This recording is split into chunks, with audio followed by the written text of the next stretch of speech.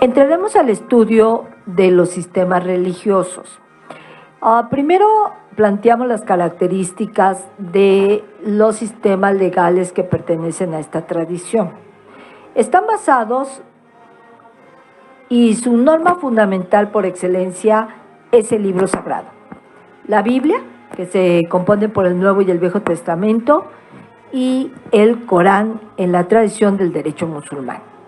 Entonces, recordemos que hay que distinguir entre el jus y el fas, como lo llamaban los romanos, entre el derecho propiamente dicho y la norma de carácter católica o cristiana, religiosa eminentemente.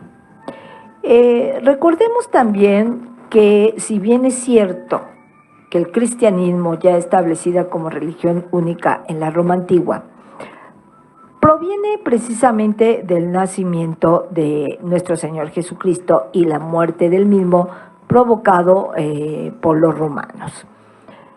Algunos especialistas, sobre todo los que señalan en el libro El Sanedrín, dicen que lo que supuestamente ofendió o consideraron ellos como una blasfemia para el pueblo judío en la época del Principado había sido que Jesús se había proclamado el Hijo de Dios.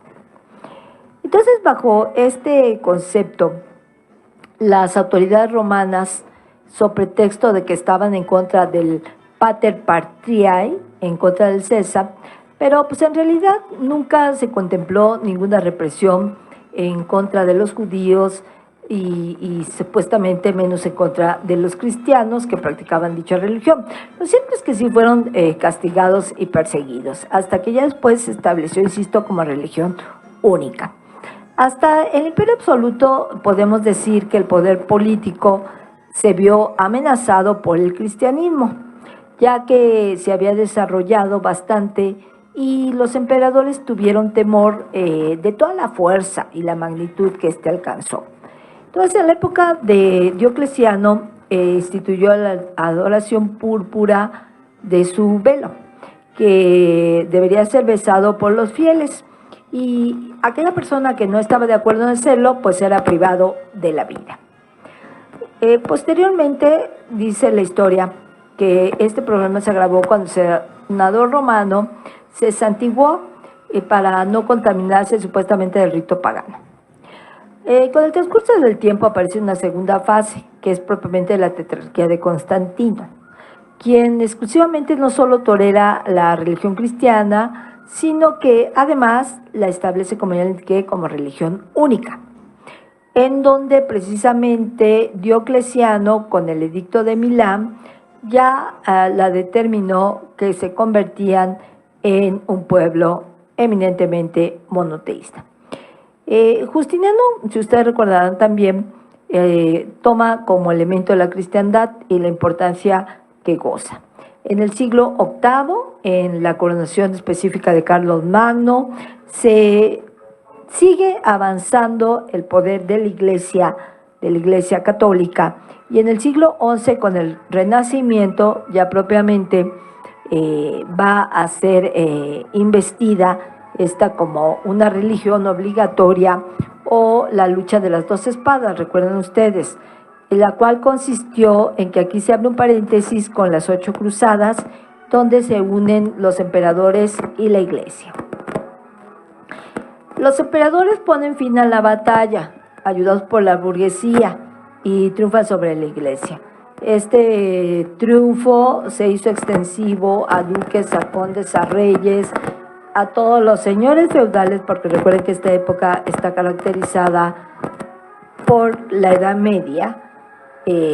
Todos vivían bajo el feudo, los siervos y el respectivo señor feudal, y los varones de aquella época. La religión cristiana fue aceptada por Justiniano y obviamente que perduró hasta la caída tanto del Imperio Romano de Occidente en el año 476, como ya lo hemos venido explicando, y la respectiva caída del Imperio Romano de Oriente 1000 años después. ¿Qué prevaleció aquí? Pues que existió una unidad asistemática de la Iglesia romana. el cual tenía una jerarquía, el clero y los fieles.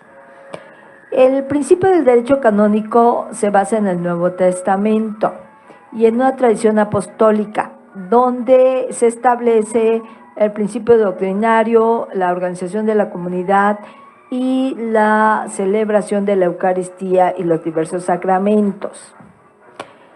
También es muy importante destacar dentro de esta historia que estamos haciendo que en Bolonia en el año 1094 se incluye el derecho graciano, que se compone por el título de decretum y polariza con el nombre de Concordia Disconcordatum Canon, compuesta de 3 partes: la fuente del derecho canónico y los estatutos de los clérigos. En esta obra monumental se tienen 3.458 cánones aproximadamente y fue considerada la enciclopedia eclesiástica del primer milenio. Además, se convierte en el libro básico de las facultades de cánones. Esto es para efectos pedagógicos más que para otra finalidad. Recuerden ustedes que aquí también hay preponderancia de los tribunales eclesiásticos. Siguiendo con el desarrollo de este derecho, aparecen las decretales de Gregorio I, que se publican en el año de 1234. ¿Sí? Obviamente, como son los tribunales eclesiásticos los que van tomando las decisiones, ahí se van sentando los precedentes para aplicar este derecho. El derecho canónico clásico es el Libere Sextas Decretalium, ¿sí?, promulgada por el Papa Bonifacio VII en 1298. Las constituciones clementinas fueron ordenadas por Clemente V y codifican los cánones del siglo XVI llamados Concilium Ecuménico, específicamente en Viena en el año de 1313, donde se publican cerca de 1314 y que van a estar promulgados por el Papa Juan XII en 1317. Luego, recuerden ustedes, aparecen las decretales de Gregorio I, el Liber de Bonifacio VII, las Clementinas, que van a tener mucha vinculación con el Corpus Juris Canonici, en analogía con el Corpus Juris Civilis de Justiniano, al cual ya hemos hecho referencia. Ahora ya expresamente lo que refiere al Corpus Juris Canonici de 1500 de Jean Chaput, se termina de integrar todo con la codificación del Decretum de Graciano. Las 3 colecciones que aprobó son el Concilium de Basilia del año 1436, las extravagantes de Juan XII y las extravagantes comunes. ¿Cuáles van a ser las características del Corpus Juris Canonici, el Código de Derecho Canónico? Primero, es una colección legal sistemática, toda vez que sus normas integran un cuerpo jurídico que está estructurado con base en la organización de materias. En segundo lugar, es una auténtica codificación porque se constituye como una ley oficial de la Iglesia, aprobada y promulgada por el Sumo Pontífice. Es una legislación única porque está integrada, compilada en una sola ley. Es una legislación exclusiva porque niega derecho a las leyes que se opongan al código vigente. Es universal porque se dirige a la Iglesia latina y no a la Iglesia oriental, a menos de que se trate de materias que por su propia naturaleza atañen a esta última. El Código Canonici de 1917 se reformó por el Concilium Vaticano de Juan XXIII, quien propuso que se actualizara y reformara el código por considerar que ya resultaba anacrónico. El Código de 1917 se reforma de manera integral y aparece el Código Canonici de 1983, promulgado por el Papa Juan Pablo II, el cual tiene una normatividad distinta, contenida en 7 libros subdivididos en títulos, estos a su vez en capítulos y estos a su vez en artículos y cánones, los cuales hacen un total de 1752.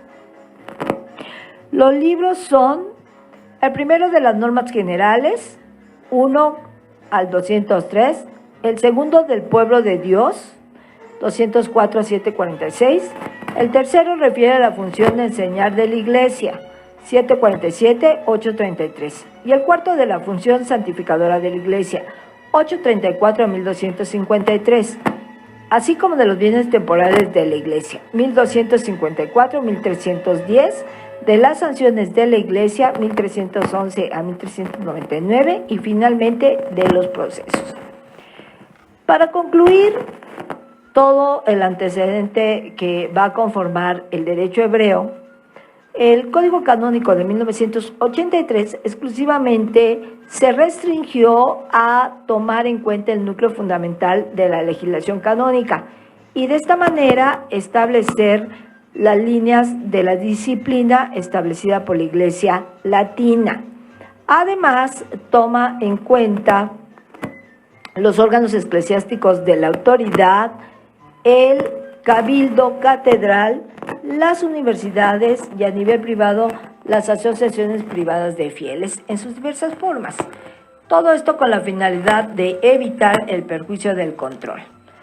También regula o reglamenta todo lo relacionado con el derecho de los fieles a través de su espiritualidad, solo o asociado. Este código de 1983 incluye las normas sobre canonización y también deroga las disposiciones relacionadas con el procedimiento de la disolución del matrimonio. La fuente donde obtuvimos toda esta información es el libro denominado Sistemas Jurídicos Contemporáneos de los autores José Humberto Zárate, Ponciano Octavio Martínez García y la de la voz Alma de los Ángeles Río Ruiz.